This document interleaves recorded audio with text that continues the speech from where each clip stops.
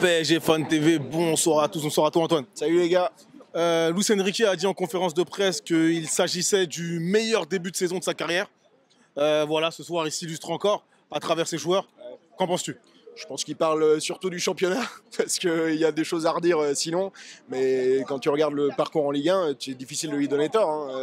Là, ce soir encore, tu sais, c'est un des rares matchs depuis quelques années où je suis vraiment arrivé en me disant, franchement, il y a moyen qu'on se fasse tordre ce soir, vu la dynamique qu'avait Lyon et tout. Et puis, à part le dernier quart d'heure de la première mi-temps, j'ai trouvé qu'on était en maîtrise. Au milieu, on les a bouffés et ils n'ont pas vu le jour, quoi. Ils nous ont fait peur pendant, je te dis, la fin de la première mi-temps, mais sinon, on a fait un gros match ce soir. Et si ce genre de prestation pouvait se confirmer sur les 2 matchs de Ligue des Champions qui nous restent, ça ferait plaisir, quoi. D'accord. Forcément, on va parler de Doué. C'est sa semaine. Ah ouais. Il a bien commencé, il la termine encore mieux. Qu'en penses-tu? Ça me fait plaisir parce qu'on a eu le temps depuis le mois d'août de se dire qu'il pouvait avoir une trajectoire à la Ekitike, tu vois.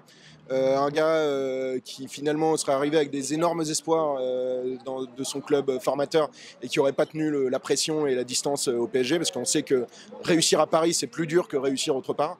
Enfin en tout cas c'est dans les clubs où ces gars-là ont un statut central, quoi, tu vois. Là, ici, c'est un joueur parmi d'autres.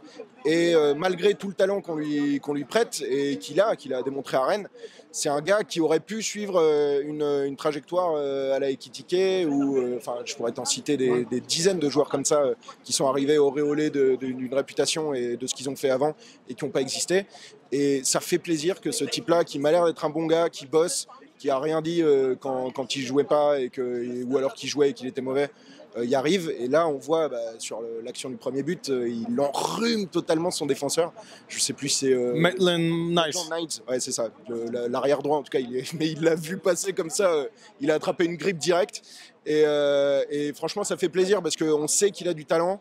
Maintenant, entre savoir que tu as du talent et arriver à le prouver sur le terrain au Parc des Princes, c'est autre chose. Et j'ai envie de te dire que c'est dommage que la trêve arrive maintenant pour lui. Il faudrait qu'il continue sur cette lancée. J'espère qu'il le mettra à Monaco et que ce sera un match du même topo, quoi. D'accord. Enfin, j'aimerais te parler de ce milieu de terrain.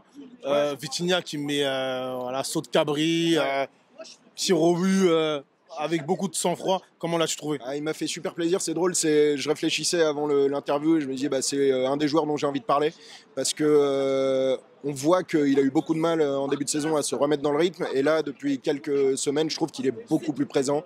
À côté de lui, il a été très bien aidé par Warren ce soir, que j'ai trouvé aussi bien dans l'initiative, et surtout on a mis de l'intensité, on a mis du mouvement dans ce match.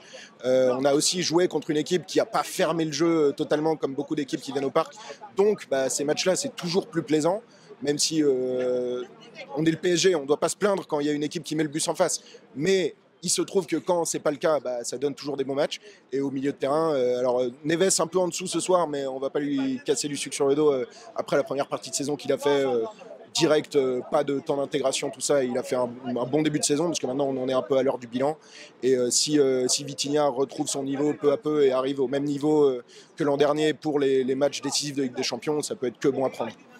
Merci à toi. Merci à vous les gars. Et un dernier mot, juste vraiment cette interruption de début de deuxième mi-temps, mais c'est hallucinant parce que c'est le genre de choses qui n'arrivent que au Parc des Princes.